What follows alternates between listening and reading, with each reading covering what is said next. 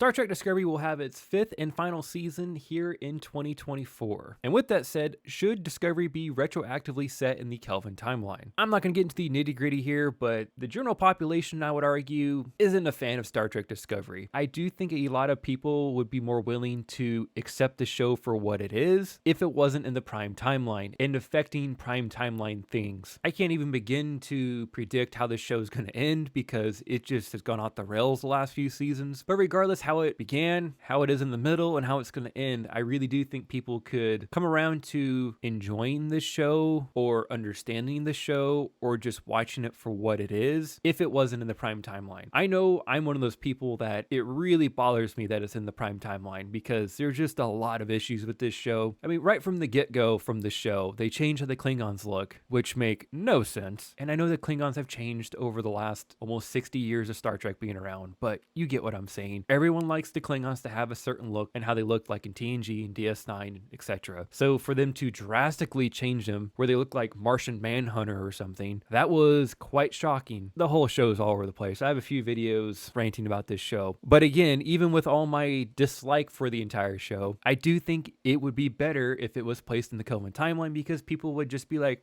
okay, yeah, that's weird. The Klingons don't look right, but whatever. We're in the Kelvin timeline. Oh, they go to year 3000 and a Kelpian screams and blows up a billion ships.